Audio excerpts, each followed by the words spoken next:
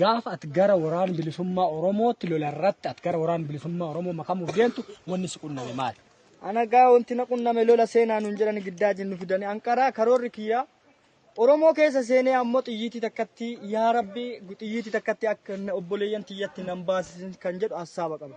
Dheenga dhaqanii lola keessa seenu garuu akkasuma namni dhukaasu jammare xiyyiitii takkatti taana takkatti hin baasu an du'a yoon ajjeesuuf taate na ajjeesuu na baasuuf taate ammoo na baasedhe xiyyiitii takkatti obboleeyyan tiyya baasee ajjeesuu ofii kiyyaa du'u wayyadhe.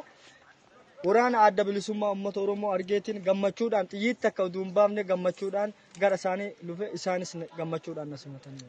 Akkamitti wani si mudate yeroo san?